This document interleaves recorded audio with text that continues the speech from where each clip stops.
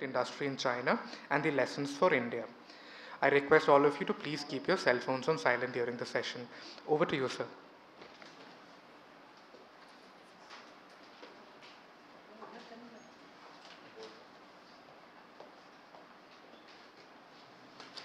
Thank you for the very thorough introduction.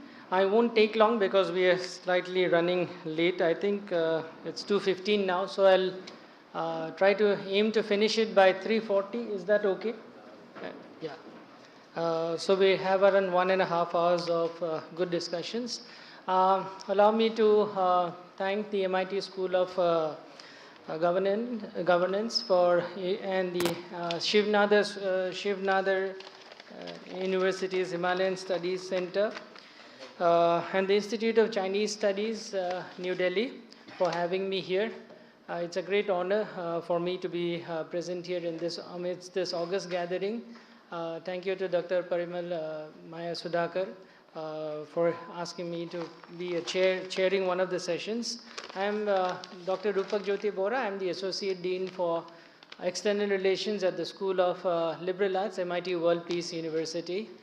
I specialize on another aspect of India's foreign policy, which is India-Japan relations, and I've spent time in Japan as well. And I'm very, it's a big day for me because I happen to meet my professor from JNU, Professor Alka Acharya.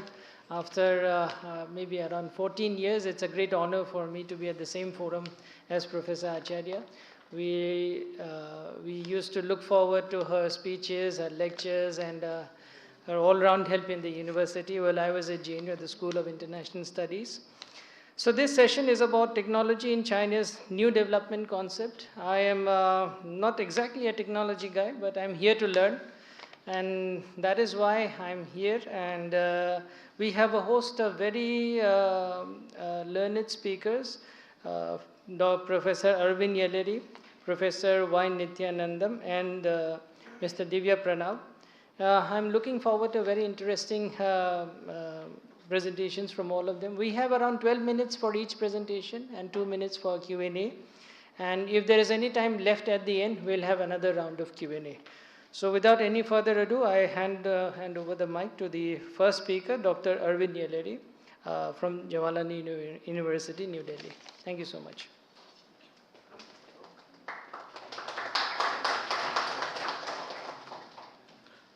Thank you, Chair, and thanks to me being an organizer for coming back again. We can finish at 3:30. I'm taking the full advantage of being inconvenient over here.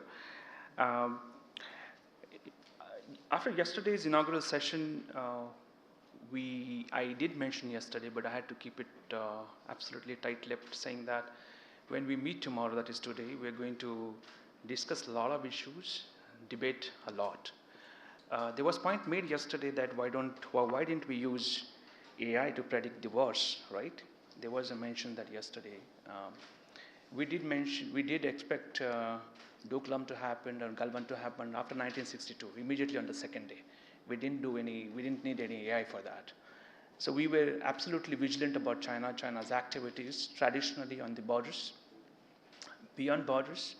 The new challenges which we face today, when the second largest economy is not only the second largest economy as such, but is also the biggest problem and challenge for China, India's rise, India's technological rise, economic rise, India's proposition for alternative world. You take anything and China comes up with its own game plan, and we have been outsmarted because I think we are not capable of understanding, or maybe we were not capable of understanding. So entire idea of having this India Forum in China was actually to accentuate bringing professionals on a forum where we discuss about all these challenges and help our policymakers and then build up consensus, not consensus essentially, but build a direction and momentum to take it forward. And today I'm going to speak about the green technology innovation and China's new development concept. Yesterday it was mentioned that science is only important when it is applied, right? When it turns into technology. But technology doesn't have its own metabolism. a technology moves to in certain direction because that metabolism has been provided by a narrative. So something which is beyond narrative, beyond technology is narrative. When we look at China, this narrative is very important and is at the core of understanding China's technological revolution, development, direction, and you name it. This narrative, understanding this narrative is very essential for everyone who is studying China. We are teachers, but we are essentially also the researchers. Most of us, the panelists who are speaking today, we are first researchers of China, and that is why we are just putting out our key findings. More than narrative, what is important is also the timings, or what you call opportunity. You have science and technology, but you don't develop it. You have science, but you do not develop into technology. And if you do not have a narrative, and if you have a narrative, but you do not have an opportunity, you are not successful. So what is most important that you have to develop your narrative, which will make your technology deployable in that certain period of time. So this is an absolutely very fine-tuned game. And this is a game we have to play in a very in a focused way, and as a result of it, there are no margin for errors. Okay, putting that in perspective, what is most important to understand is that green technology, is it really green, or it is a green technology which is red, right? So now, if you understand and revisit my title, China's narrative of developing technology from last 15 years has a lot of strategical implications and contours. Why so? The two things essentially happened in last 15 years. You may say that, okay, there are a lot of political things that might happen, strategic things that might happen, but essentially two things. One, a country which was heavily industrialized, dependent on export-led growth, suddenly switches to green technology. Here the word suddenly is very important, because if you look, or if you take nation state in a perspective of 2000, 3000, 5000 timeline, years of timeline, switching to a new technology or a new circular technology in a couple of years is sudden moment, right? That has a legacy impact because it was the party which wanted to bring in technology to the center. And second thing, also important is when globally, when the cost of the green technologies were completed, China had absolutely a positive atmosphere and ecosystem to work upon it. So now you have a narrative and you have a technology at your disposal, and then you come up with a fantastic plan. When I talk about green technology here, I'm essentially talking about EVs, electric vehicles, because the Chinese car brands made up about half of the global EV green vehicles. The second component is lithium-ion batteries. China holds over 70% of global manufacturing. And the third one is about the solar photovoltaics, the PVs. So when I say that, what I essentially mean is that China slowly transitioned from a crisis management to a management of its global relation, keeping green development at the center.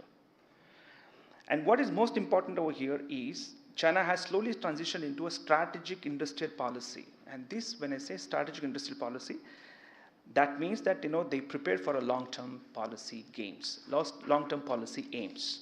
Few of the terms you might have heard about or you might have read in the literature. For example, circular economy. For example, ecological civilization. For example, beautiful China, Meili Zhongguo. All these narratives were created to basket the technological shift globally it was happening, and China could also align with that, but also benefit domestically. So that alignment happened as a part of China's larger industrial strategies, which is absolutely, shocking to see.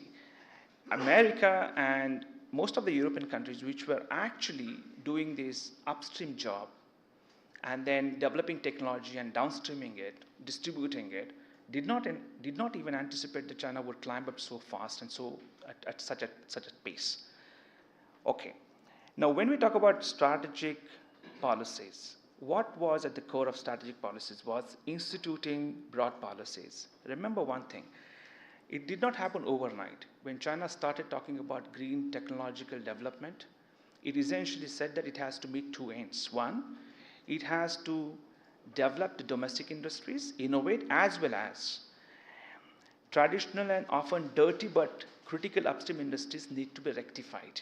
China did not really move away from the manufacturing, the traditional manufacturing. What China did smartly, while it was developing the green technologies, it moved the older technologies, older industrial bases to the inside, to the westwards.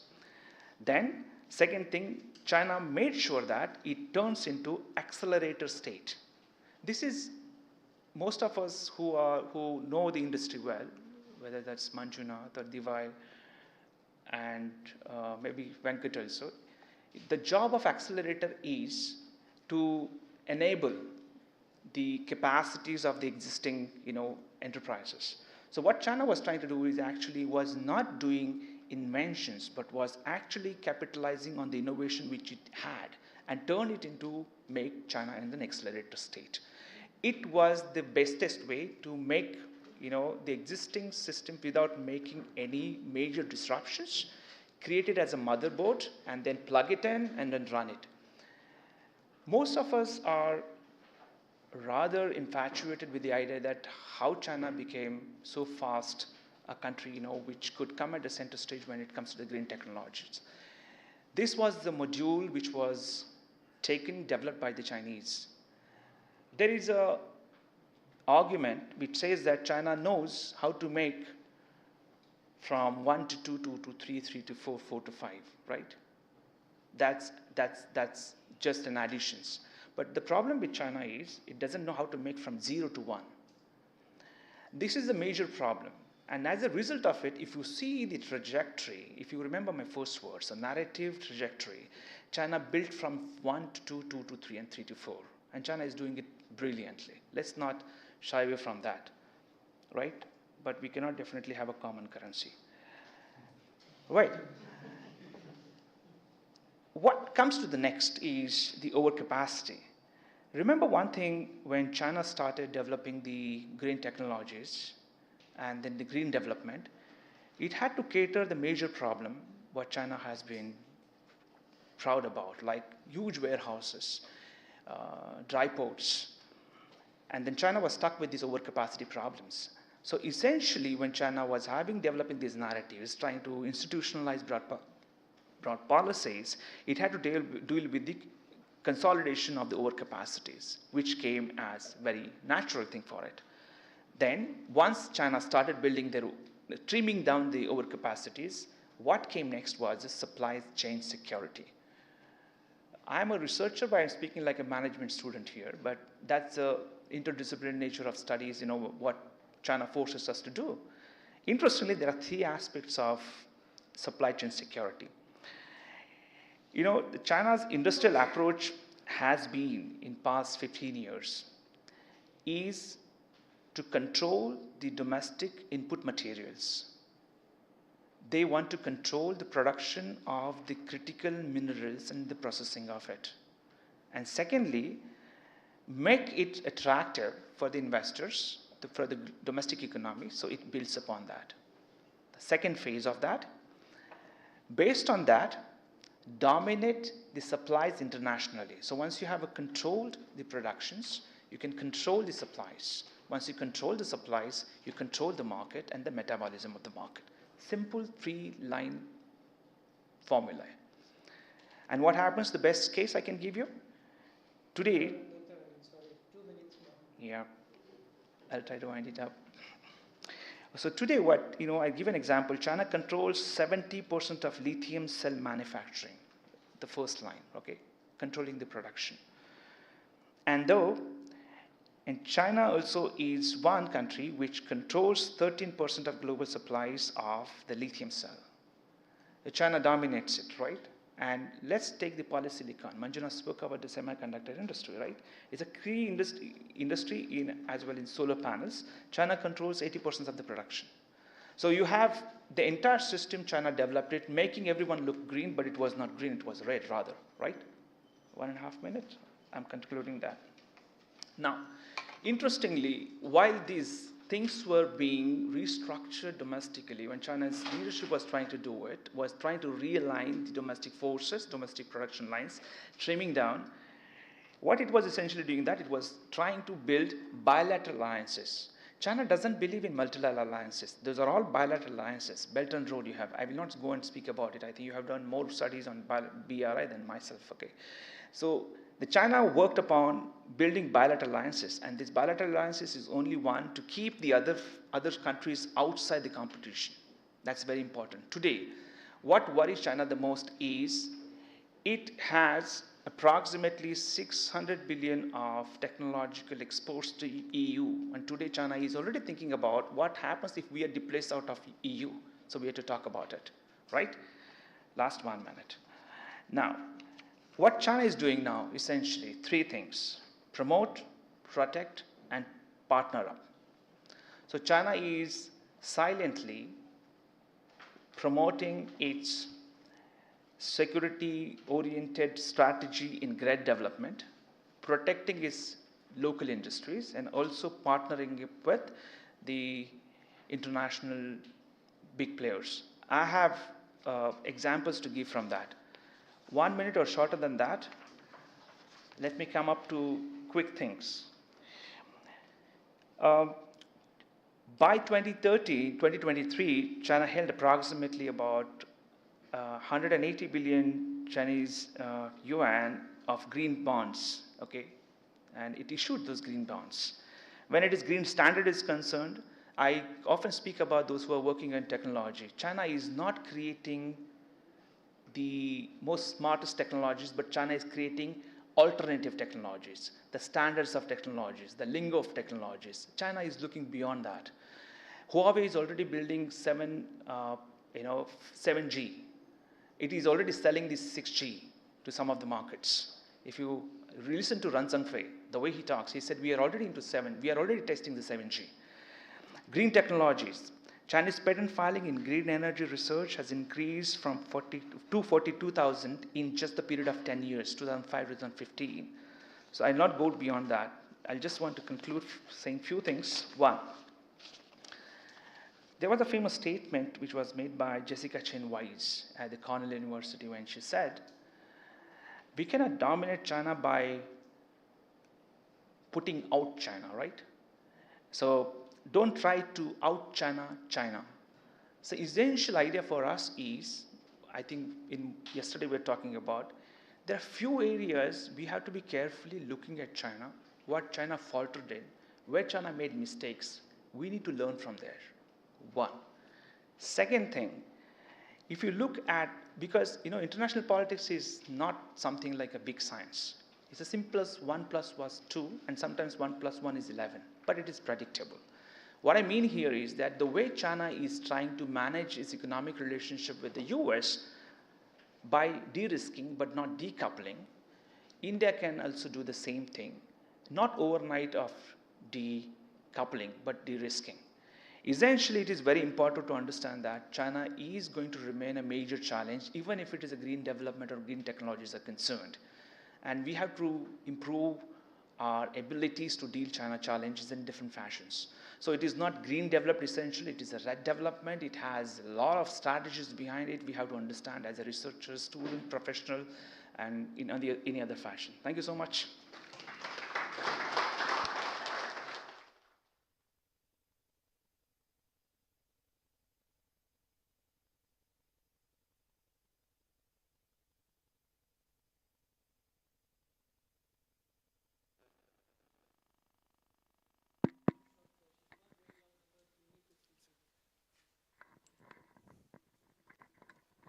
Yes, yeah, please introduce yourself and just one question. Other questions, we'll take it at the end.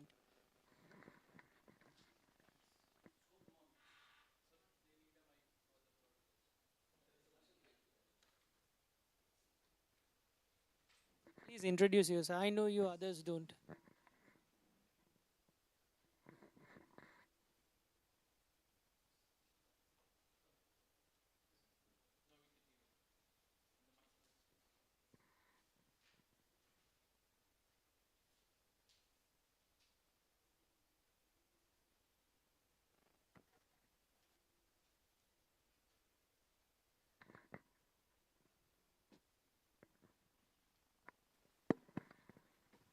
Hello.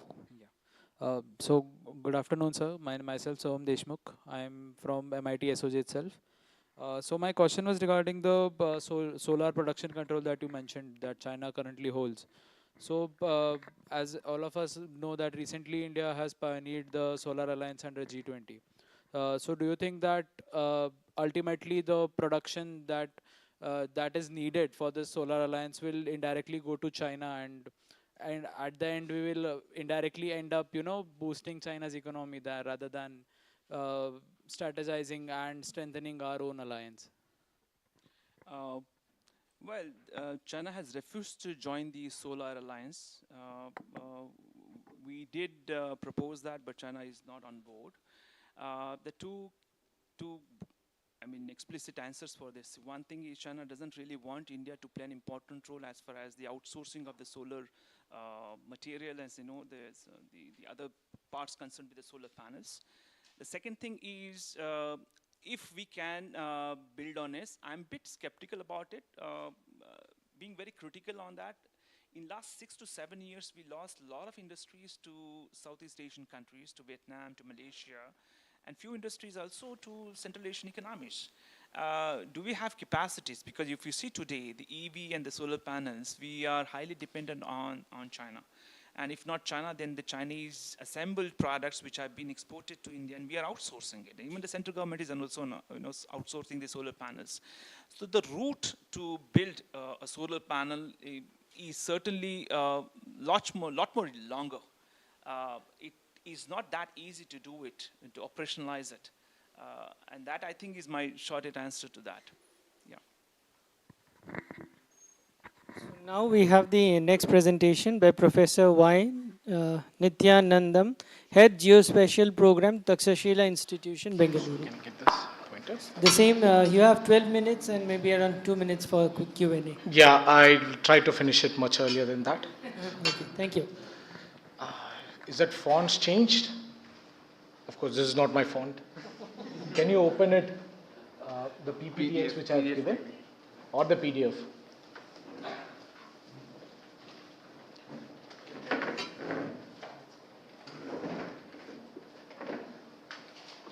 Even PDF works.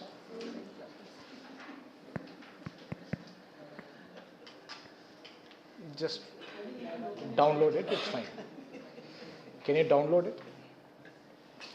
So let him download. Meanwhile, I'll try to introduce a subject which I'm going to talk about, is geospatial technology. Yesterday we had a brief discussion about where were the analysts, right?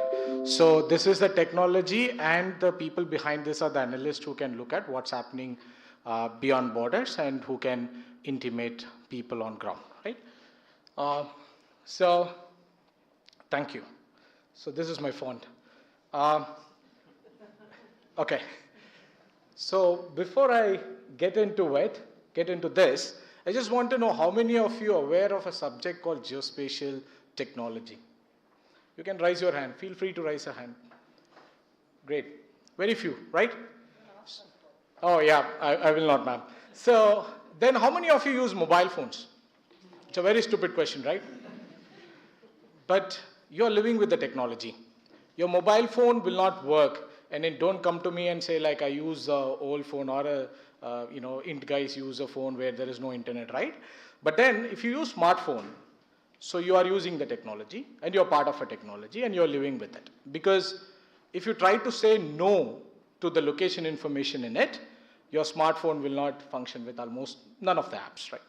Despite whether it is required or not, your smartphones will not function. So I'm going to talk about a technology. I felt it is a bit necessary to take a couple of minutes, probably 2 minutes, to introduce the subject. So data is a definition known to many, right? It can be of any form: facts, statistics, even images, any form of it. The moment it comes with something called the spatial information, the latitude and longitudinal information, or any form of reference to the earth, the data turns into a geospatial data or a spatial data. Remember this word because we'll come across again and again this. So we are talking about a data like this, right? What is this? Another stupid question. Perfect. So what do you see in that? Like, I know the place is your campus, but what you're actually looking at here is a combination of two things. One is the satellite image, which is a raw one, right? That comes from the satellite. On top of it, you have markings, right? The markings come from a technology called GIS. That's nothing but an advanced level of cartography. The cartography is an ancient technique where you draw by hand, but then the maps you're seeing there and maps you can see here, and the markings on top of it comes from something called geospatial technology. So it also, what does it mean when a photograph is taken? Photograph has some information based on its reflection, and different forms of sensors gives different information. But the same photographs gets a latitudinal and longitudinal information to each of its pixel, right? Then it becomes a spatial data. Then you can overlay with anything. Just look at these two images, compare these images. It is rotated and it actually sits with the reality when it is a spatial data. So the beauty of it, any data that you bring it will sit together if it is a spatial data. So the technology to deal with that is a geospatial technology where you can view the data, you can manipulate it, you can visualize it, you can present it in the form that you want it, and you can corroborate it and maintain it as a database forever. So that is the power of the technology. Largely has three components: the remote sensing, the one satellites, and any other form of sensors which is in distinct from surface gives it. Second one is the navigation system, because this is something which has largely benefited China. And the third one is the geographic information system, the software in which you bring all the data and play around. Okay. Now, I just want to skip through the slides because this is a list of applications that you can see. There are several applications starting from your land use planning, decision making. I put decision making up front because the decision making today is very important based on the facts on the ground and with the help of scientific inputs. So that is possible from the different forms of geospatial data. So let's jump directly into the Chinese geospatial data infrastructure, because all this, couple of years I've been looking at the Indian geospatial policy and infrastructure, but this is an opportunity I got to look at the Chinese infrastructure. So it's an industry rapidly growing in China, because when you look at the developments, it is triggered by the geospatial development as well, and you can see the kind of valued it is, like 113 billion, right? As per the document of Chinese Association for Geospatial Industry. So I've quoted it, quoted the sources here. Can anybody guess how roughly Indian geospatial economy is? We are sharing same culture, almost, a lot of developments happen intact, right? Anybody want to guess? Because I'm sure my chair is very strict, so you need to be quick. Oh? Yeah, tell me what? Oh, you're right. It is 5.5 billion. So approximately 45,000 crores of Indian money. It's come roughly around 5.8 billion USD. Now, this is the difference in the infrastructure. I will take, I just want to make a couple of, notes here. Like, look at the positioning system, like 580 billion plus positioning services and hundreds of navigation apps.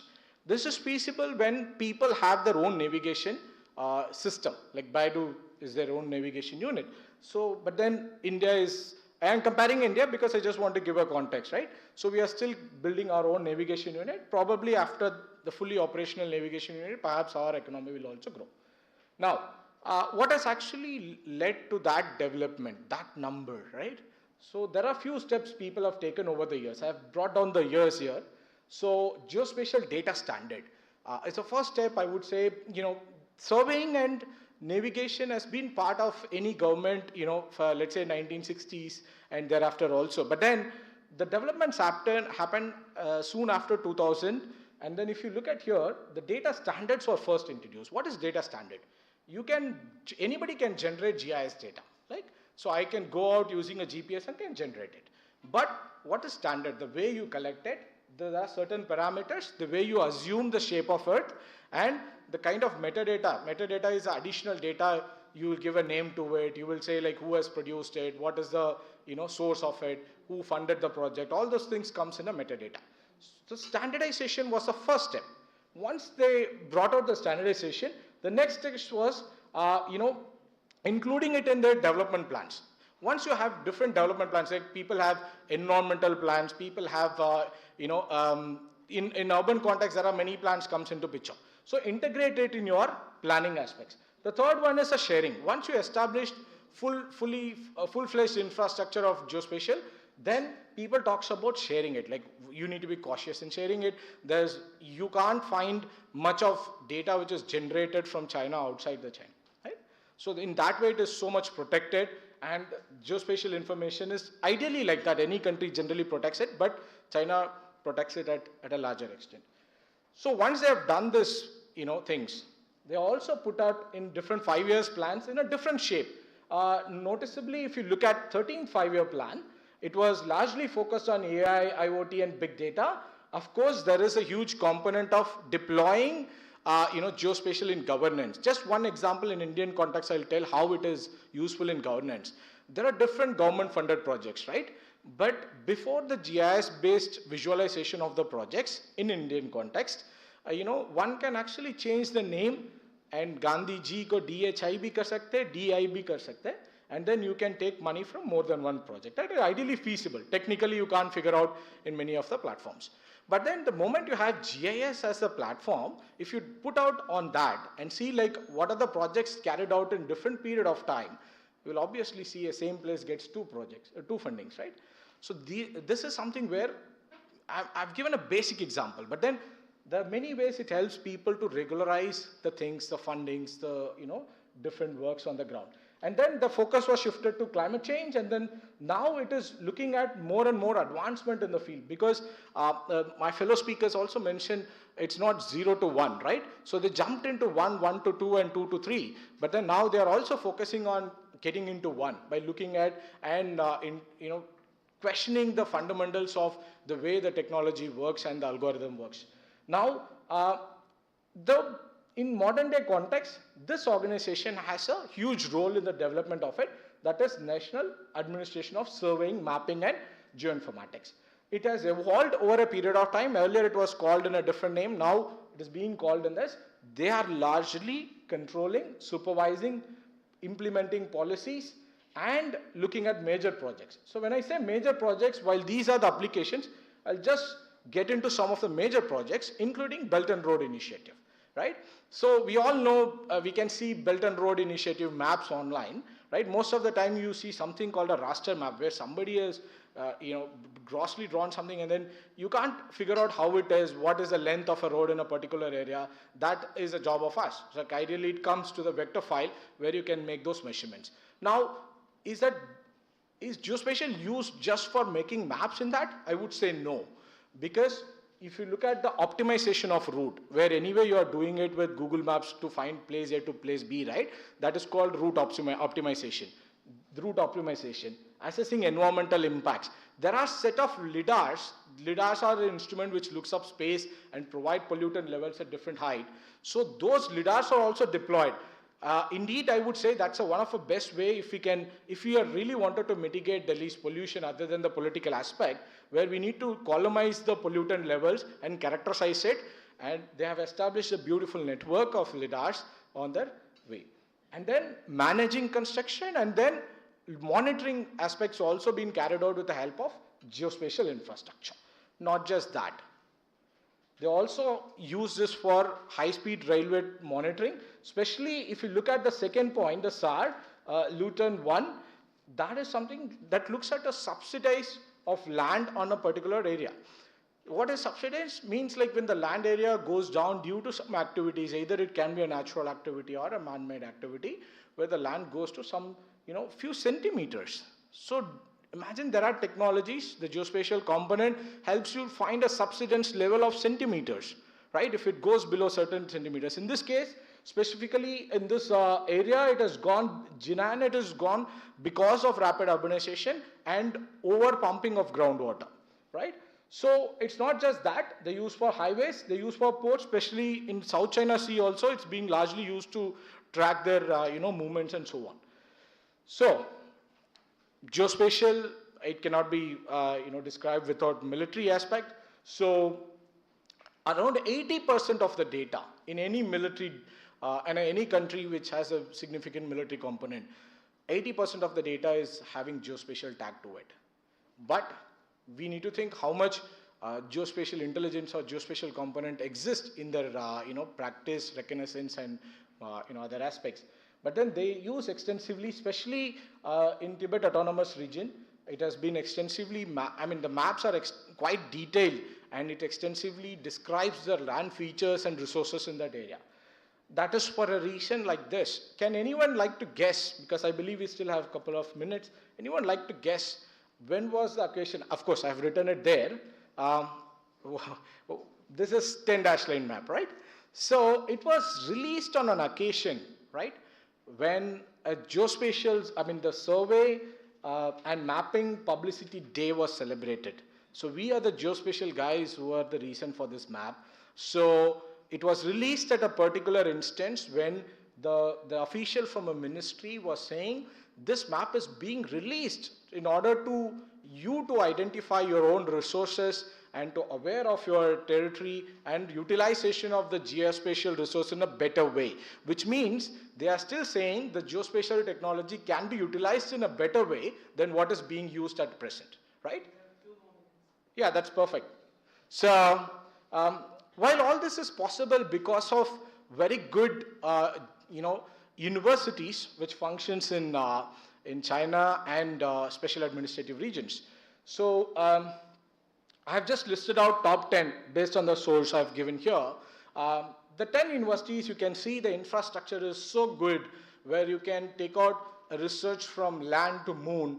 Indeed, I was fortunate to be part of 2 universities here. One is my alma mater and one is my collaborator in my project. The University of Hong Kong is where I collaborated extensively for urban heat island research, which is one of the largest one, and Hong Kong PolyU is my alma mater. So even in our department, we used to have research, and still the department is contributing for lunar mission of China. So it's not just one university or one place, the research is being spread, and the extensive infrastructure helps them to climb to utilization of this. At last, I would like to say a few things. While these are the merits, the challenges are the data sets are in a particular language, right? You can work within the system, but you can't utilize the data to put it outside the system. But if the data is available, after all, it has a geospatial information, the latitude and longitude, it will sit with any country's data. But the metadata is something in different languages, right? That is very difficult for us to decode it. Second is, internally it works, but externally it won't work. There are developments happened in the software infrastructure. For example, if you see softwares like this, indigenous software JX4, there are photogrammetry, remote sensing software. Photogrammetry means looking at Earth from different sides and creating a 3-dimension aspect of Earth, and remote sensing softwares. Why I've exclusively mentioned the softwares here? Some has 80% marketplace in China. Some has, the other set, remote sensing has 20% marketplace. And the last component are GIS ones that has again 50% marketplace in China. These are Chinese softwares. If you ask me, are there indigenous, truly of different algorithm, I would say any GIS software, geospatial software across the globe has a similar component of tools, similar component of algorithm, but with different names. But what best is this? They can still capture a bit of marketplace within their country, where if you see contrastingly where we are, we do not have even one software in this country which indigenously made for us. We still use softwares which are based on US, right? So, but then it has not just happened like this. There are possibilities where the softwares are even left out in open domain. I used to interact with my Chinese friend during PhD time. When we worry about license and software, he simply said, don't worry, we have. So the we have is like when you go to this particular websites, we get plenty of software. Of course, it is cracked. But despite it being cracked, the availability of the software was something very important. So either we need to get into, I'm not suggesting that we should use crack softwares. I'm suggesting we should have more indigenous softwares other than open source software. We need to have commercial software. Indian players should come on it, and then only we can use the data, better appreciate the data. In fact, being outside the country, they still wanted to use Indian satellites and Indian data sets, trying to work with Indian universities to get an idea of how Indian remote sensing satellite and its metadata works. So, of course, in a document it is mentioned in 2018 by an Indian company saying that they are one of the world leaders in geospatial technology.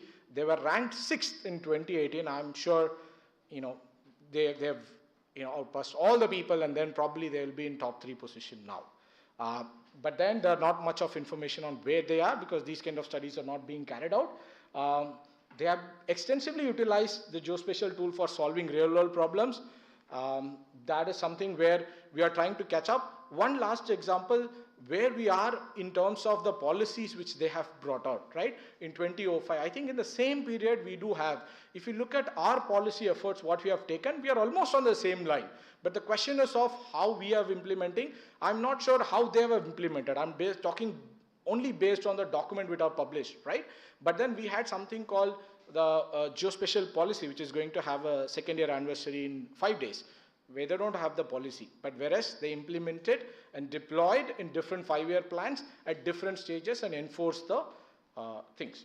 That's a difference between the two countries which are marching towards the geospatial advancement. Thank you.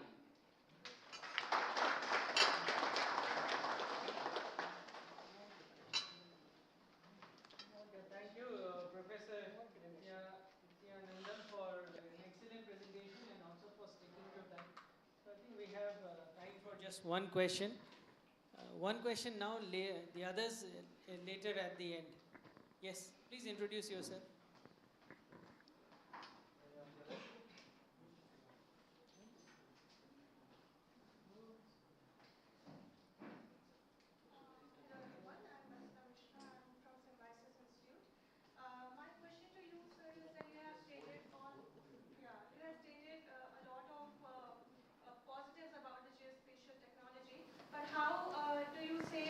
Chinese citizens will be able to mitigate the risk of high surveillance when these kind of technologies are developing? So do you think we are not facing the same thing? We are, but we are talking Chinese perspective. So, yeah, so if anybody wants to utilize it, I'm not contesting your question, I'm just trying to bring more clarity to it. Anybody who wants to use more and more of this technology will feel like our information is being shared, right? It's like sharing it with other companies and sharing it with Indian companies or Chinese companies, for say in that case, it's a different thing. But I mean, almost anybody who is looking for position-based development, if your app has a position information and an app collects some other information of yours and you are narrowed down, like, whenever you get any of the satellite data for say, your information is known to people to whom you are, from whom you are getting the data. So in that case, it is unavoidable, but we need to look at the benefits out of it. In that cases, the apps and things are beneficial. More than one competitor exists in the market, right? In India, there is a question of, somebody asked me a question like, can we make a new navigation app for India? Let's say we have, I would like to mention here, we have Google Maps, right, which is known to us. There is a Desi map, that is Map My India's own unit for navigation. And we have Air Maps, which is on and off in different platform, and we don't have any. So is it possible for a third player or fourth player to create such navigation maps for you? The chances are very low, because the information is confined with only set of people, right? So if Ola wants to try, Ola has a collection of certain information that they can bring it, but it cannot meet the accuracy standard of Google, where they're collecting data from all our mobile phones. By the way, when you see anything on Google Maps, red, green and blue, it is nothing sensed from space. It is always given from our mobile phones, right? This is known to larger people when somebody experimented by collecting more and more phones together and creating a traffic simulation. Otherwise, it was not known. But people in this domain knows it is just we provide information to us, right? Thank you. So now we move on to the next speaker, and we'll take more questions at the end. Our third and the last speaker for this session is Mr. Divya Pranav. He is the head of strategy and partnerships for Yulu, and he was earlier with the Adani Group and Invest India. So you have the same time, around 12 minutes, 12 minutes for the presentation. I have a 3 minutes. stopwatch. I'll stick to Okay, it. thank you. All right. So good afternoon, everyone. The benefit of speaking last in a conference is that most of your statistics and data is already stolen by your co-panelists. So Arvind literally spoke what I was about to say. So now I need to think about something unique which I can share with you. And perhaps I'll share something about my own experience. So I worked with government for almost 6 years. I was part of the Make in India program, and part of my work was to help Chinese companies to set up factories in India. And Pune used to be like my most frequently visited place. So I used to go to Chakan, Talegaon, Ranjangaon, all those industrial areas, finding industrial land, setting up factories, etc. And then I moved to a large corporate house because in 2020, when this Galwan crisis happened, so government of India came out with the change in the FDI policy, and the Chinese investment was no longer appreciated and invited. So I felt that, okay, let's move to the corporate world, let's get rid of China for the time being. But I can tell you, moment I switched to a large corporate house, China was even more difficult to get rid of, because we were doing large scale solar projects, we were doing a lot of infrastructure projects, we wanted those heavy duty equipments, lifts for running the ports, etc. From where do we get it? The best place and the cheapest, good quality, go to China, source it from there. Then I moved to electric vehicle industry, a startup based out of Bangalore. So in my current setup, my company is a large electric two-wheeler fleet operator. And we have close to 50,000 scooters in our fleet, which we run in multiple cities across India. Pune is an exception. We are still not operating here, but we manufacture our scooters here. So Bajaj Auto is our manufacturing partner, and in their Akurdi plant, not far from here, all our scooters are manufactured and assembled. The question is that, can I still resist China in my sourcing? The answer is no. Still I got to depend on China. But does that mean that if I come to the next edition of this conference, will I still repeat the same words? The answer is no. Because we have a Make in India plan in order, and we are continuously working on how we can localize production. The reason is not that I want to get rid of China. At least industry doesn't think like this. So there is a huge disconnect. In fact, I have a lot of contrary opinions to what have been spoken in the conference today. Because industry thinks differently. We don't think about that, Commerce Ministry is saying that you do Make in India, Prime Minister office is saying something to you, so you change your plans. My engineer, my procurement team are driven by unit economics. So we look at the fact that if a scooter has to be manufactured and sold in the market, are there enough buyers in the market who are going to take it? Will I be able to do it at the price points which will resonate with my customers? And in the process, will I be able to make some profit or some margin in my P&L statement or not? These are the factors which drive me. My engineer who is making the procurement decisions is not impacted by the policy. What is the prevailing policy? We do look into consideration the restrictions that exist. So for example, today I cannot import a pneumatic tire. Pneumatic tire is the basic tire that you put in our scooters. It's a pneumatic tire, air pressure. I cannot import that in India. There is a restriction. So that's one restriction. So my procurement team thinks about, okay, from where we can get the pneumatic tire. There are many manufacturers in India from where we can source it. If they are not manufacturing the exact grade that we need, we can work with them and develop that particular tire. Likewise, I continuously look at other factors as well. So when I import something from China, there is lead time, there are supply chain shocks which I can get during adverse times like COVID. The entire auto industry came to a standstill. Why did that happen? I'll come to that. Additionally, I also look at that if there is any fault which I come across in my scooter. Nowadays, electric scooters have too many faults, right? So there are too many news articles out there that people are stranded outside the showroom, repair and maintenance is not happening. The reason might be that some of those parts have to be sourced from China, and it takes time to get them here. Sometimes China is shipping bigger orders through their ports to US and Western Europe. So consignments which have to come towards India, this particular she route, they will not be given priority, right? So to take care of this, I look at localization. Can I develop a local supplier somewhere close to Pune or Bangalore or somewhere else, wherever the skill set exists, and localize my production in India. And that's what becomes like a Make in India theme, which I go and tell to the government, sir, I've been doing it, Make in India is happening. But the reason is not what Prime Minister spoke on the Red Fort, that do Make in India. It is actually always economic decision, which I take into consideration. Because that what helps me achieve the product market fit. If I don't have the product market fit, policy narratives doesn't help the industry at all. Okay? Point number 2. In the conference, I heard so many things about wars, nuclear warheads, geospatial technology, etc. I also do a war.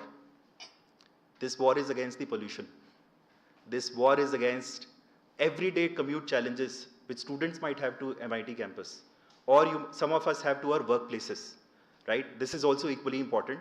But I'm no longer thinking like what I used to do when I was with Commerce Ministry.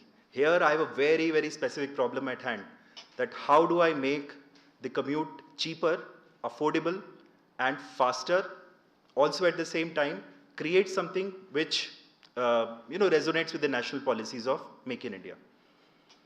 And this sort of thing actually drives corporate decision making. So Arvind mentioned that large number of solar modules which are currently driving the solar program of India are currently being imported from China. There is absolutely no doubt that China is a leader in solar technology in the world. They have done so much innovation around panels. The efficiency of those panels is at a different level altogether.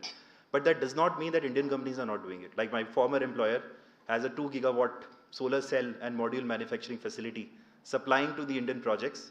In many government-oriented tenders, it is absolutely critical, mandatory to get the localized solar panels if you want to get government orders from India. So government is trying through its own means. Industry is also trying that how we can achieve the unit economics or the cost economics of doing a project in India or not. So that's what is happening in our country. The other thing which I want to bring about is that policy is not everything. And I'm saying this with a lot of confidence because when I was with government, entire day I used to sit in the ministry with joint secretaries. I've been part of drafting committee for national manufacturing policy, national logistic policy also. And somewhere the narrative was that, China is a leader. We are far behind China and all. And I sort of thought that, okay, that perhaps that's the case, that China is better than India. No doubt about this, that they are far ahead than us in many accounts. But that does not mean that India doesn't have the capability. Now I live in Bangalore, and every day I interact with a few startups. Somebody doing drone manufacturing, somebody is doing robotics, electric vehicles is my own industry. I meet with people who make advanced chemistry battery packs, lithium-ion battery packs. And I can tell you that Indian guys are they're not very far behind. They know how these things can be produced, how these things can be designed. The only problem is that we have not figured out how to do it at scale so that we can reduce the cost of production. And that's the example which I think my friend Manjunath also pointed out, that how in that Ujala bulb, that localized chip costed 3 cents in China and it costed 8 cents. The reason is the economies of scale. We haven't been able to achieve that. Or what Chinese factories have been able to do in the last 20, 30 years. Production is not only about technology and robots, robotic arms. It is a lot about process management. On your batch productions, how are you able to cut down unnecessary processes? How you are able to minimize wastages? How optimally you are able to design your entire system? How you are able to cut down unnecessary labor, right? That's what brings the cost down. And this is the true strength which I've understood that Chinese have. They have over the years learned how to do things more efficiently. And the only way in which we can do it is by doing it ourselves. Right? Like for example, Arvind was saying 2 to 4 and 4 to 6 and all. What does that mean? That means that, first of all, as a child, you learn ABCD, right? Then you know how to put these letters together, create words, and then you make sentences. So same is the case which happens in production facility as well. So first of all, you build a very basic assembly. Then you realize, okay, I can make it better. I can reduce the size. I can perhaps get better chips and make it more efficient, get more efficiency out of a particular assembly that I've made. And in due course, you get better with time. Okay? So now is the time for Q&A. How many of you actually own an electric vehicle? Electric two-wheeler or four-wheeler? You own it? Which brand? TVS iQube you have. What percentage of your scooter is actually electronic product? Have you? 80%. Okay, so TVS iQube, in that scooter, roughly 30 to 35% is actually electronic components. And it requires similar skill set which is required to make smartphones. And that is why, if you read newspapers, you would have heard about that Foxconn is now thinking about making an electric car or electric two-wheeler. Because skill sets required are very similar, right? Manjunath shared some examples of PCB. So my electric vehicle has only few components. Number one is the battery pack, which catches fire also sometimes. Number two, because it's imported from China. Number two, I have a motor. Number three, I have a motor controller. Number four, I have a battery management system. And number five, I have a vehicle control unit. Number six is a IoT device. IoT, VCU, vehicle control unit, motor controller, and your IoT device, these are actually electronic products. If you open the smartphone, you will see a green color thing coming out of it. It's very similar to that. It's just that we have put different kind of chips, different kind of semiconductors because we are trying to extract different output out of it, right? Very different from a traditional auto company. So, for example, our partner Bajaj Auto, when we started manufacturing our electric vehicle, they did not even have one single guy who could write a firmware. What is a firmware? Firmware is a very specialized software which sits on that PCB and it makes that PCB run, right? It's a very specific piece of code. And it's called embedded system design. It's a new field which is growing very, very fast. Many of the things around us has this embedded design in it. So for example, your Alexa has it. Perhaps I think your smartphone would also have it in some ways. Other analogies, other examples which I can draw is, like for example, this fan, for example. Very, very similar to what an electric vehicle is. What electric vehicle does? It has a motor which moves and motor is connected to the wheels and wheels start moving. Now you got to get the electric current from somewhere. How do I get the electric current? I put a battery pack somewhere in the scooter or in the car, and battery pack stores energy and moves this motor, and then the wheels move forward. Very similar to what a fan is doing, but fan is connected to the electricity line. Likewise, your mixer grinder at home does the same work. Similarly, I would say washing machine does the same stuff. There is a motor inside it. There is a motor controller. That motor moves and it washes our clothes, right? Because it's a moving vehicle, I got to get the battery pack so that I can store energy in it, right? And sometimes I need a little bit of smart network design for EV chargers or battery swapping. So by the way, my company does a lot of battery swapping. We do 1 crore battery swaps every month. That's the kind of energy we are using at the moment for our operations. And yeah, so this is what electric vehicle is. So if you are a electronics engineer, if you are someone who has worked in chemicals engineering background, you are a fit for electric vehicle company. We don't hire people from traditional auto sector. And this is what exactly happened in China. Because Chinese knew how to make smartphone, they knew how to do this assembly of semiconductors and PCB, etc. So they learned how to make drones. Drones is what? It's a flying electric vehicle, right? It doesn't move on the ground. Likewise, Chinese were very good at a lot of other ancillary industries. So in the corporate sector, we look at adjacent industries, that what are the skill sets which we can bring into our sector and can harness the value of it and utilize it to make something productive. And this is what China is doing very, very well. And the reason is that they were ahead of India on so many industries, like semiconductor industry. They are now manufacturing their own semiconductors also. They were very good at smartphone assembly.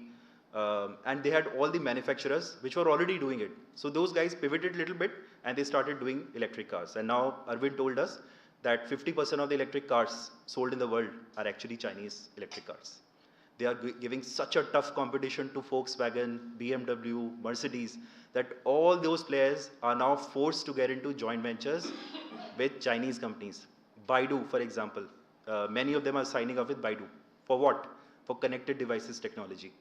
Many of them are signing up with Huawei. They're signing up with Tencent, Alibaba.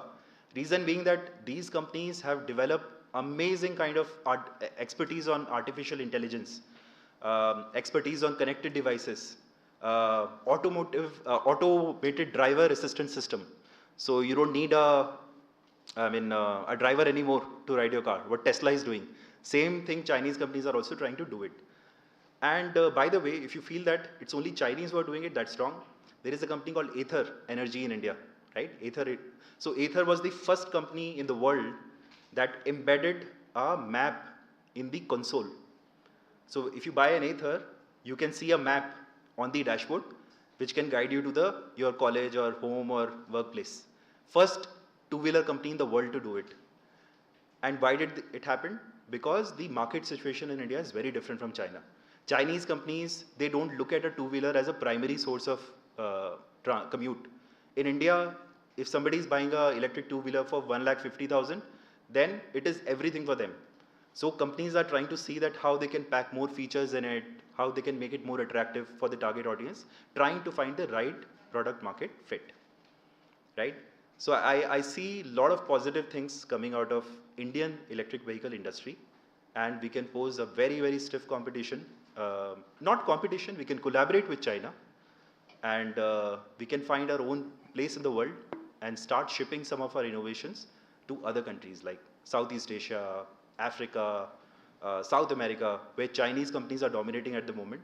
I see no reason why a TVS or a Bajaj or a Ather, perhaps Ola also, might be able to ship out some of their productions to other countries. So that's my take on electric vehicle industry, and I'm open to questions. Thank you. So thank you, Mr. Pranav, for a very exhaustive and detailed presentation on the evolution of electric vehicles and the component industry in China and lessons for India. I think the electric vehicle technology is coming in a big way to India also. I have seen it in different parts of India, including small town, rural towns also. It will take time to pick up, but I think we can see the change already in cities like Pune. There are lots of, especially the people from the young generation are using a lot of electric cars, electric bikes also. I can see a lot of electric bikes, many of them made in India. So I think we are seeing a shift, and you are right, many traditional companies, including Japanese companies like Nissan and Toyota, are having a difficult time because to adapting to the new technologies, because the Chinese have totally run away with the EV technology. They are moving much faster than many others, but I'm sure the Tatas and the Mahindras are also coming up with their own vehicles. You can see Tata Curve Electric, Tata Punch Electric, all these cars are coming. Mahindras are also coming. We'll see a change. I think the next 10 years will be very crucial for India. So I invite questions. Now that we are finished with all the three presentations, I think if we can invite the presenters to be here, and we can open the floor for questions. We have around, say, 20 minutes. I was told by the organizers we have to finish by around 3:40.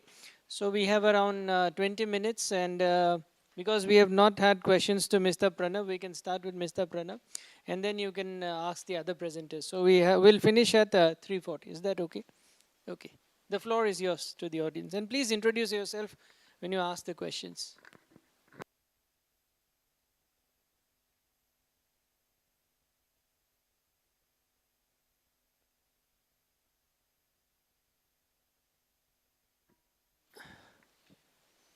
Yeah.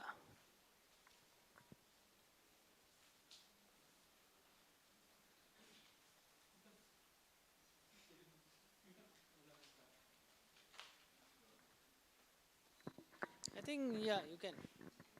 Even otherwise, it's okay. You can hear you.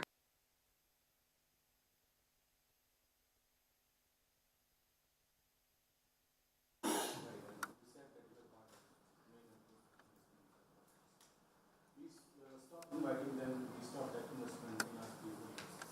Now we are also re-looking at that situation again. So what has been your experience so far? Like how much damage we have done to our industry by not inviting those investments and instead of importing them in so much bulk that our trade deficit has gone more than 100 billion dollars. What is your opinion? So trade deficit is not necessarily a bad thing. I'll start with that. Do you know how much trade deficit uh, China has with Taiwan? Any guesses?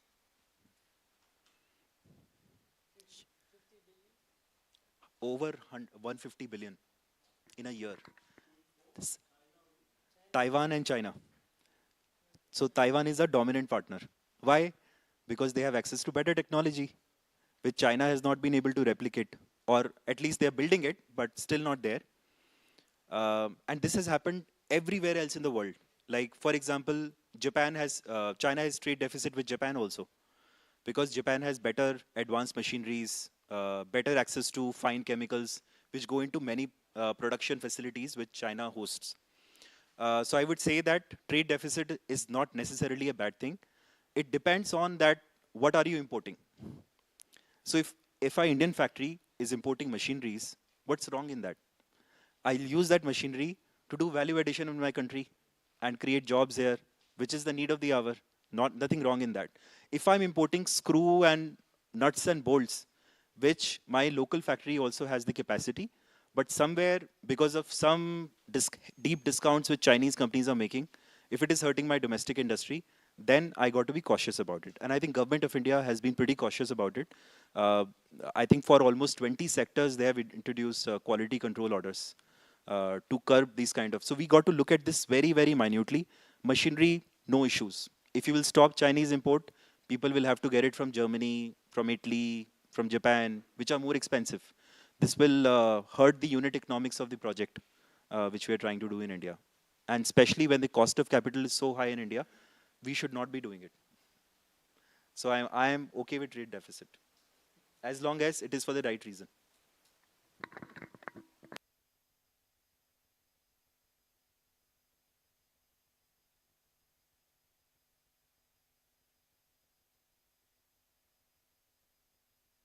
The mic.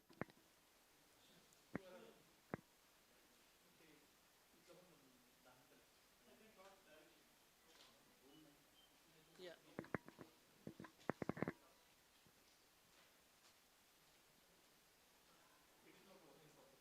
Okay, Dr. Javin. Yeah. Okay, you want? Yeah. It's okay. I will.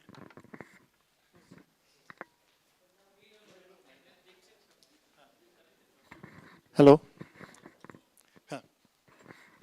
So my question was when a customer shifts from the petrol and diesel vehicle to electric or battery vehicle, so they need today is a world of fashion, right? So they need good models and good looking aesthetic sense.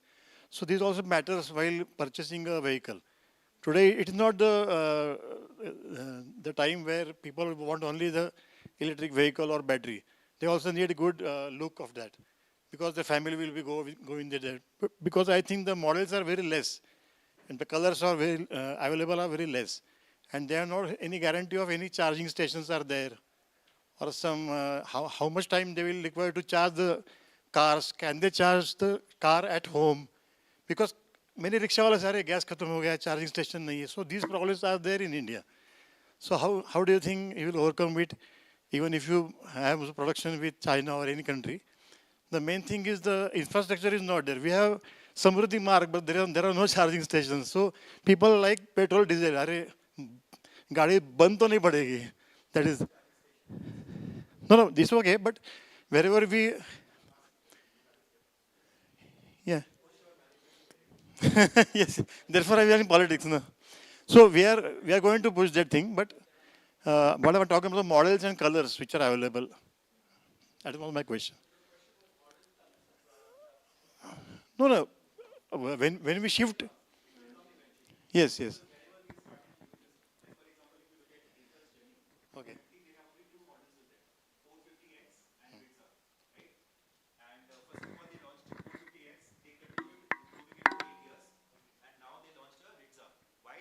fight with TVS IQ, right? Bigger seat, a lot of family audience in India wanted that scooter. Likewise for car also, if you look at Tata started with very base models. Same goes for Mahindra as well, but now you have Punch, Curve. So the newer models and features are coming into the market. Currently, car market in India is very small. Till date, we have sold 1.95 lakh cars in India. So recently, I went to Nagpur. I saw that e-vehicles, even in Ahmednagar, everywhere. So they're making too much noises. I mean, that vehicle is not so cozy. And when you sit in an e-vehicle, only I can sit. I cannot take my family with me. So they're like, sit in the vehicle which is petrol diesel. So that is because that is up to about 1.75 lakhs to 2 lakhs. And the petrol diesel rickshaw, auto rickshaw is of 3 lakhs. So फर्क पड़ता है. Make it more cost effective, then it is not cost effective. Cost effective बनेगा. Reason being कि अभी battery pack का cost ज़्यादा है India, right? The world over battery pack is becoming more affordable now because of Chinese competition. So this is the way like Chinese are trying to help us. They're fighting with each other. So the prices of the lithium-ion battery packs have gone down, and now Indian industry can take advantage of it. And we are also trying to develop our own indigenous cell manufacturing facilities here. So I feel that in due course, in next 1 or 2 years, already we have seen 50% reduction in the battery price. So now all that money that is saved on battery pack will be used for enhancing the cosmetic features of the car. Better infotainment systems, better cabin experience, all of that. Because it's a cost, you can only pay 15 lakh rupees, right? If 50 entire bills of material is going towards battery pack and electronics, then it gets very tough for me as an engineer to design something which you find aesthetic and appealing. But when the cost of the core components goes down, then I have a little bit of headroom to do it. And I think eventually that will happen. So maybe you should wait for 1 year and you will find a beautiful car to purchase.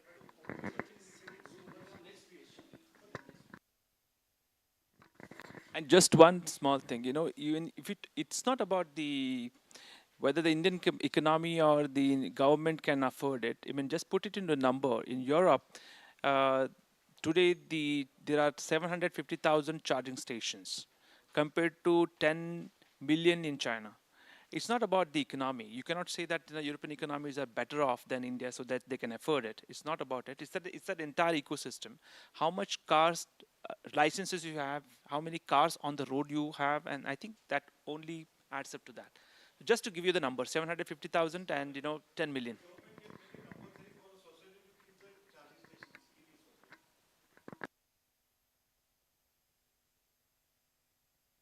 Send us a picture also once you have it.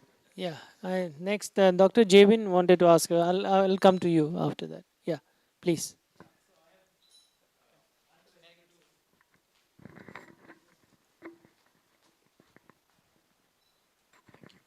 So one question to Dr. Nitya. I mean, towards the end, you ended by saying that China had these challenges of balancing security, innovation, and international collaboration. So, I mean, taking a theme from the previous session of geopolitical competition, exactly how is China's, uh, you know, uh, product development in the geospatial space or innovations being affected by the current US-China trade war? You said that they have their own systems, they're setting up their own satellite monitoring stations, satellites, etc. But at some point, innovation is also affected by trade sanctions. So I just wanted to get a sense of some details about this particular. The other question actually, so the way the question of narratives. So I noted your points about how policy is not everything, and that if you don't have the product market fit, then no amount of narrative will work. But I mean, I think Arvind is also right. You are also right. Uh, so the thing is that while we can make everything that we want here in India, the narrative in China will not allow Indian products to be sold in China. So narrative matters because there is a narrative that drives Chinese innovation, Chinese desire to differentiate themselves, set their own standards. So I don't think you can completely dismiss the narrative element. Um, and if you, as you say, that the government has imposed restrictions on Chinese products or Chinese imports, then that will affect your unit price. And then and if you can't import from the Chinese, then you will have to, your industry will be forced to take those changes. And that's exactly what the Chinese have done for nearly 20, 30 years, that they blocked Google, they blocked Facebook, which led to the Chinese develop their own Baidu and Weixin or whatnot. So, and especially in a school of government studying political science, I think narratives becomes a very, very important part. But I mean, I agree that that narrative cannot dominate the conversation. So that, I think, is a problem that as political science people think that a narrative says, "Kaam ho jayegi." It doesn't. So and I agree with you, by the way, on the fact that the trade deficit is not everything. But I think the problem is not so much trade deficit, but the indirect barriers, that non-tariff barriers that the Chinese put on our products. So that, I think, is a problem. I mean, the Chinese were blocking our pharmaceutical products for the longest time.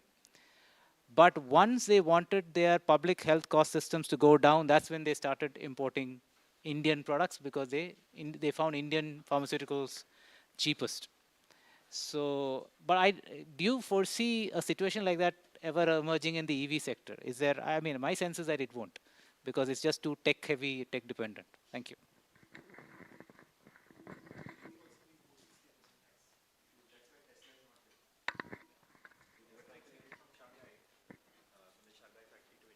So Indian government said, okay, so you pay 60% and get it here, which doesn't make sense because Indian customers are not willing to pay that much for Tesla. Tesla is anyways not a premium car. I mean, it's a good functional car, I would say. Likes of Ambani and Adani will not use Tesla for their commute, right? So, I think why the reason, I think in your earlier question you asked that why auto sector grew, because auto sector is behind the walls of custom duty in India. And to some extent, I would say the Indian auto industry has not innovated enough.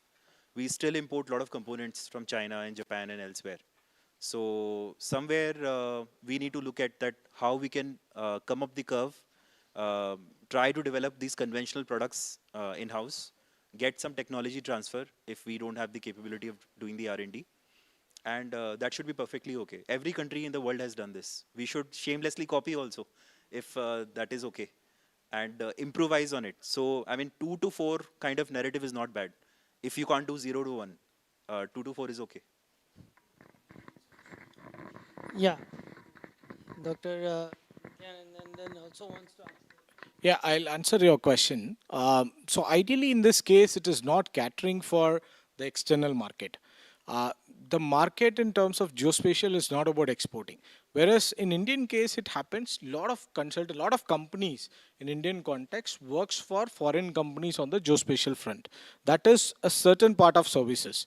But the kind of apps they have built by utilizing their navigation unit and by having more and more accurate maps on the ground, having their own geodetic system, is something which created that opportunity within the country.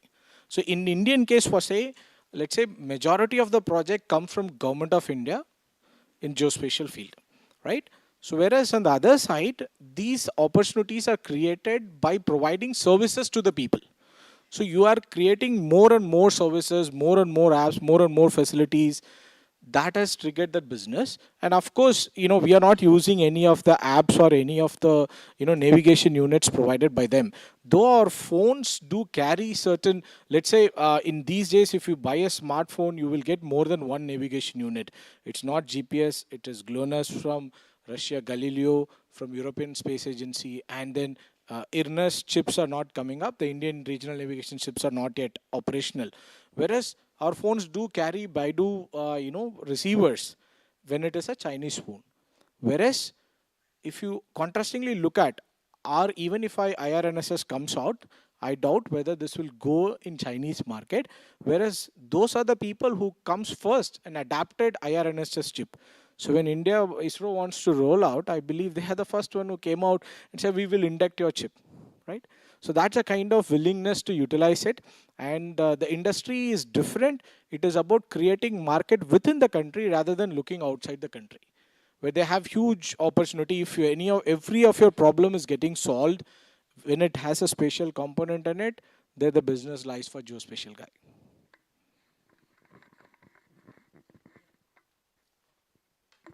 Sir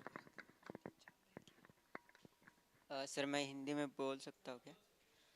sir मैं the Hindu news को follow करता हूँ और उसमें editorial था कि हमारे जो स्टार्टअप है वो फंडिंग का इशू फेस करते हैं और मतलब उन्हें कोई बैंक्स होती है वो भी लोन नहीं देती है और लोन जब देती है तो उन्हें कुछ उनकी प्रॉपर्टी गिरवी रखनी पड़ती है। तो आप मैनेजमेंट है तो आप मैनेजमेंट अथॉरिटी में भी काम करते हैं, तो इसको कैसे सॉल्ट आउट किया जाए जिससे हमारे जो न्यू स्टार्टअप है वो बूस्टअप करे और हमारी इकोनॉमी फॉरवर्ड करे?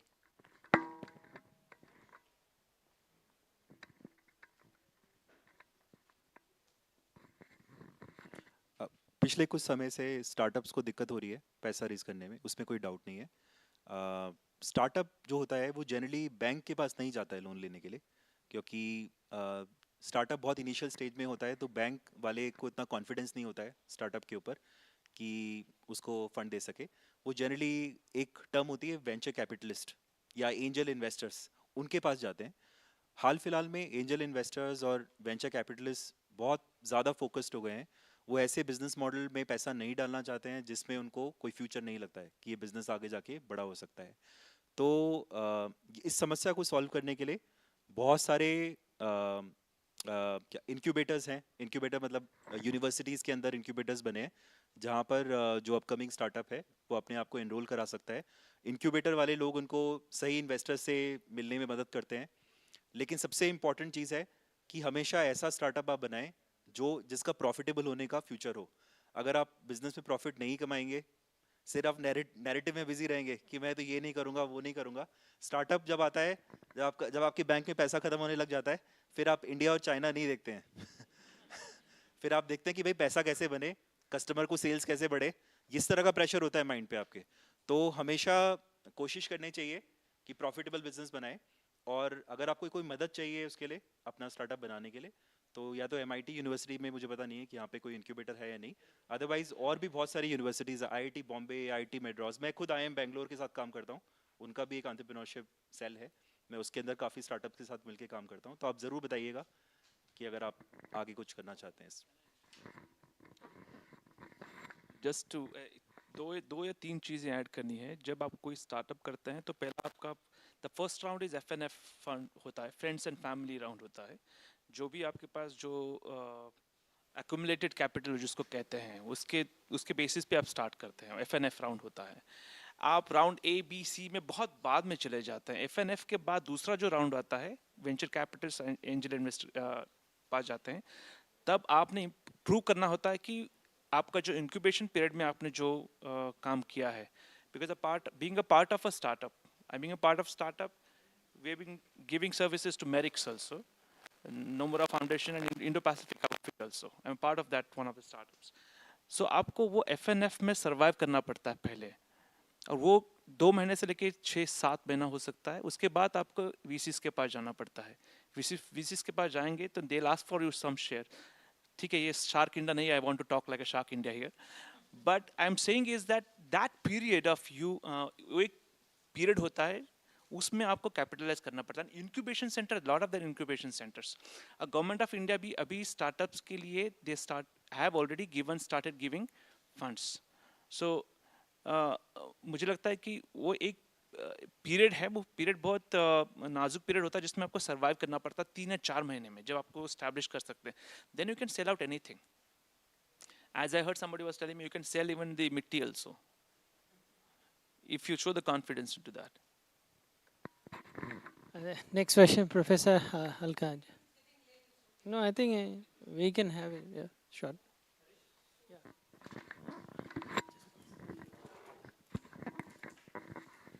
In fact, my question actually resonates with what the last questioner, the young boy, asked. It's about really, you see, we're talking here at 2 different levels. One is about new technologies, new developments, new directions, a general enhancement in the overall capabilities of a country or a state. Okay, but the other side of the coin is the diffusion of that technology at the level of the people, which raises, as it see, unless you have raised the levels at the bottom, the tide doesn't rise.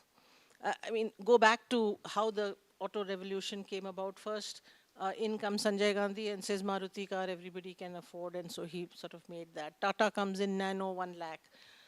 So the point is this accessibility, which is affordable, which raises the levels of technology usage and capabilities at lower levels.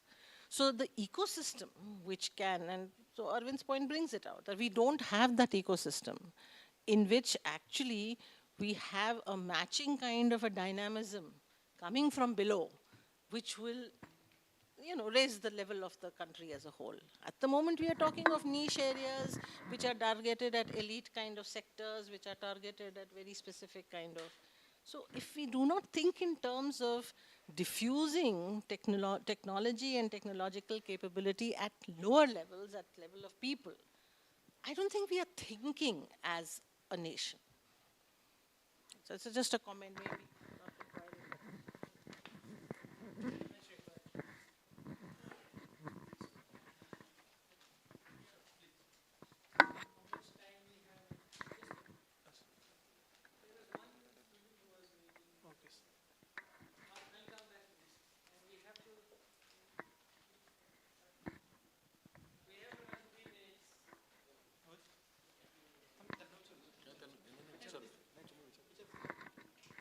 Hello. Yeah, my question is to Mr. Divya Pranav, I'm sorry. First of all, congratulations, very nice informative session. As Professor Yellary brilliantly explained, true to his reputation, the linkages between science, technology, narrative, and the opportunity. So this question is regarding the Chinese EV industry. Democratic Republic of Congo is the highest producer of cobalt, which is very essential in the Li-ion batteries.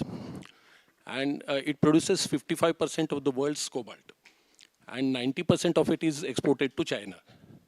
So what if anything goes wrong?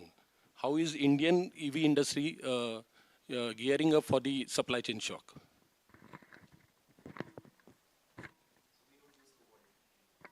Okay, exactly. That's what the question was.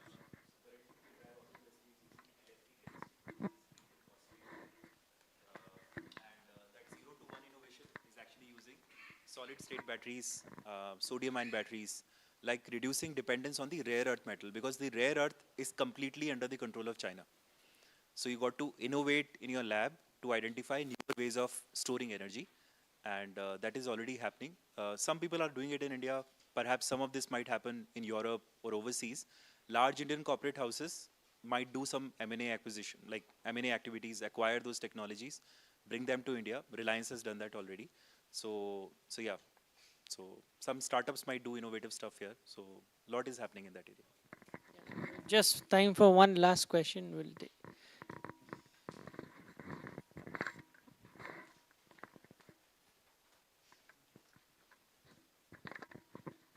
My question is to Nityanandam sir.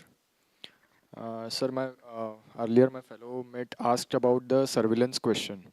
So, what does geospatial technology and industry has a role? Actually, geospatial data encompasses a very wide spectrum of data, and computers scientists may know it as complex data structures that we store. So, how can the industry prevent the sensitive data to get exposed?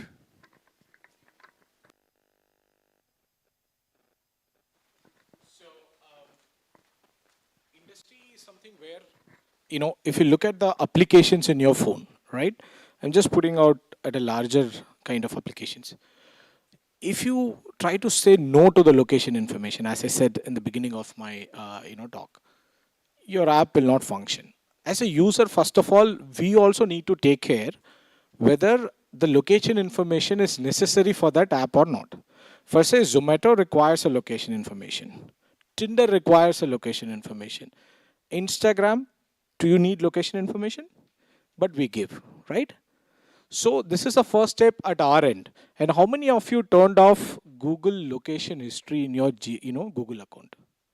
There's something called location history, which take care of every alternate second, every, it has a timestamp of how much time you're sitting in this place. It is not required. You can turn it off, right? Unless you want to share it with your girlfriend or your family members, like you can do that. But it is not necessary to turn it on every time, right? So that's the first step we need to take care. Second, industry try to make money over it. The reason for that is, like I told, the companies in India also trying to establish, location-based services, right? How they got the data? They have not collected it overnight. They have collected it through other means. Let's say Map My India, a good company headed by a friend of mine. But the problem is they collected it for different purpose, right? Providing services on the vehicle. As he said, the embedding thing, just in between. The embedding is not just a new thing. Our Zomato and Swiggy guys are embedded their phone there, right? So they did much before. But they collected it for something else, right? Map My India collected it for navigation. And thereafter, they captured the data, providing service to the other guy. Similarly, Ola and Uber collected the data for their services. Now they are making the routing and other services outside it. So they make money out of it because this data is crucial for insurance guy. This data is crucial for many other applications.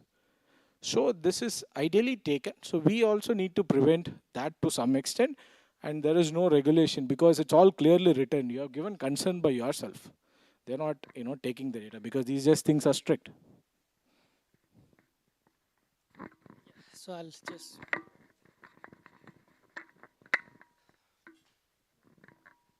So I'm sure. This mic now.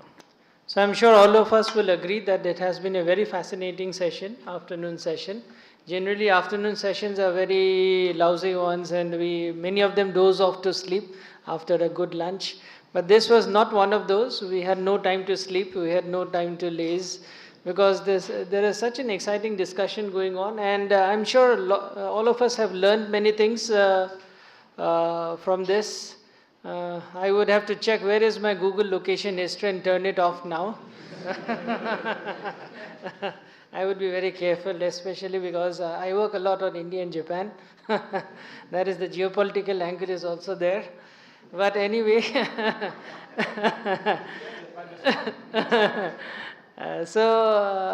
are lots of takeaways from this session. I'm sure our students, the academics and others will have a lot to ponder over during over the issues raised in this. But I'm sure India is going in the right way. EV technology is coming. Many of some of the people who ask questions have mentioned about, are we come behind China? Of course, at this moment in EV technology. But the time will come, I think, when we'll be almost in the same league. Battery prices are coming down. And it's good to know what kind of technologies are coming to India. I think the COVID pandemic has been, I think in many ways, has helped us to improve on our own industry at that time. I think even these PPE kits were not being manufactured in India. Now those days are gone. There are so many things we are manufacturing in India. And India is a big market, so I think Indian companies are adapting very quickly. Tatas, Mahindras, as we have discussed, are coming up to it. And the day is not far when I think we'll be exporting our EVs to different parts of the world. I have myself seen Bajaj in India. I've been to Indonesia, so Bajaj, TVS are big names in Southeast Asian countries and also in Africa. So these are the markets we should try to, we have to try to capture. Capture is not a good word. We should try to focus would be the most better alternative. So with this, I think I would like to bring this fascinating session to an end. Thank you to all of you and for being here and for such a patient listening. And thank you to all the presenters. We had very great presentations by all three of us. So a big round of thanks to all of them. And also to the organizers. And now I leave the floor over. I give back the session to the organizers. Thank you so much and have a nice evening. Thank you so much, sir. Ladies and gentlemen, thank you for joining us today, and we look forward to welcoming you tomorrow again. And one last thing before we leave, I would request the chair to please felicitate the speakers for today.